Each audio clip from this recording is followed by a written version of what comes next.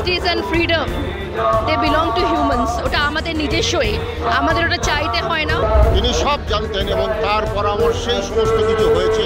আমার চোখে জল, কিন্তু আমার রক্ত ফুটছে। পশ্চিমবঙ্গের এই দুর্দশা বহুদিন শুরু হয়েছে, আর কতদিন চলবে আমি জানি না। যেই দোষী তাকে তার শাস্তি পেতেই হবে।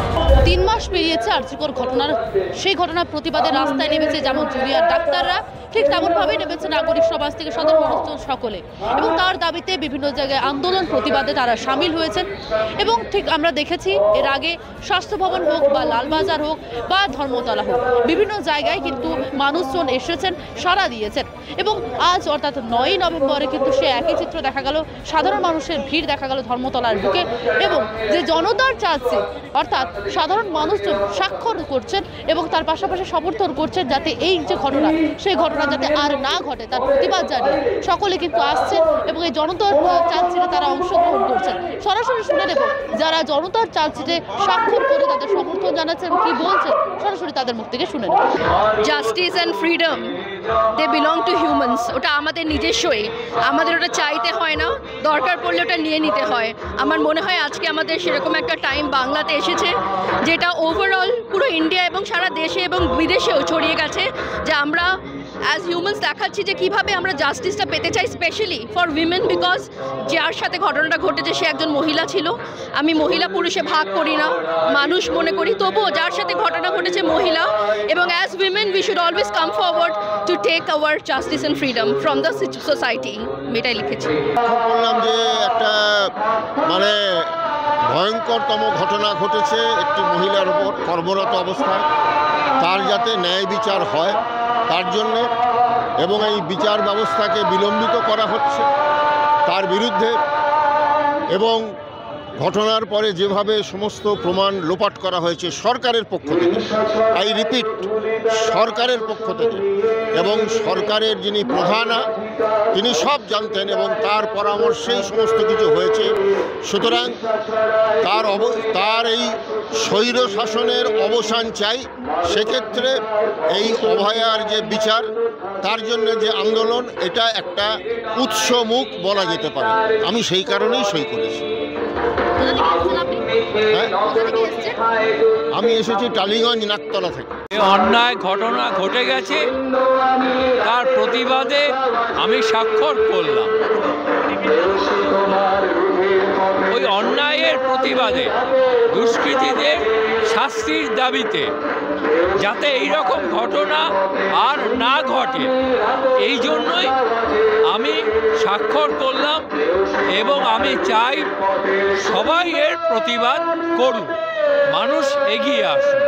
এতদিন ধরে যে আন্দোলনটা চলছে, এই আন্দোলনটা করার কোনো আমাদের দরকারই নেই। একজন নারীর সম্মানহানি হয়েছে, তার নির্মমভাবে মৃত্যু হয়েছে, এটি সরকারের দেখার জিনিস, কিন্তু সেই জায়গায় সরকার নিরুপায়, সে কিছু দেখতে চাইছে না, সেখানে জনগণকে নামতে হচ্ছে। তাই আমাদের এই সমস্তভাবে আমাদের রাস্তায় আমাদের নামতে হচ্ছে, আমাদের সবার এক জায়গায় মিলে এর বিরুদ্ধে প্রতিবাদ করতে হচ্ছে। কি বলবো বলো, বা তোমাদের মতন ছোট ছোট মেয়েদের সুরক্ষার জন্য কত ঘটে গেছে, এরকম ঘটছে, তারপরে এই বিচার ব্যবস্থা আজ ওই রকম নির্মমভাবে তাকে মারা হলো, এই জন্যেই। 3 মাস পেরিয়ে গেল, কি 3 মাস কি বিচার পাওয়া যাবে? কি জানি কি পাওয়া যাবে বুঝতেই পারছি না। আমরা তো আশা তো ছাড়বো না, আশা তো ছাড়। কি লিখে? আমি লিখলাম রক্ত ফুটুক জনতার, যেটা আমার ঘটছে এখন। আমার চোখে জল, কিন্তু আমার রক্ত ফুটছে। আমি একজন রিটায়ার্ড প্রফেসর, ডাক্তার। এরা আমার সন্তান সন্ততিদের মতো। আমার একটাই প্রার্থনা বলতে পারেন, আশা বলতে পারেন, যে এই আন্দোলন সফলতা পাক, যারা দুরাচারী, দুঃশাসক এবং দুর্বৃত্ত, তারা যথাযথ শাস্তি পাক। আমাদের দেশে একটা অদ্ভুত নিজস্ব ন্যায় আছে। আমি যদি রাজনীতিবিদ হই, আমি মনে করি যে ভোটে জিতলেই আমার 7 খুন মাফ, এবং আমার যা করার ইচ্ছা এবং অধিকার আছে জনগণকে আমি ভিখারি বানিয়ে রেখে দিয়েছি। যে হাজার হাজার কোটি টাকা দিয়ে শিল্প তৈরি হতে পারে, বহু মানুষকে চাকরি দেওয়া যেতে পারে, বহু পরিবারকে বহুদিন ধরে বাঁচিয়ে রাখা যেতে পারে এবং সমৃদ্ধ করা যেতে পারে, সেখানে আমি কি করছি না, আমি মাসে মাসে ভিক্ষা দিয়ে শিক্ষা ব্যবস্থা, স্বাস্থ্য ব্যবস্থাটাকে নষ্ট করে, পঙ্গু করে আমি জনগণকে অশিক্ষিত, দরিদ্র, ভিখারি এবং সিক করে রেখেছি। তাতে আমার বল বাড়ছে, কিন্তু জনতা আরও দুর্বল হয়ে পড়ছে।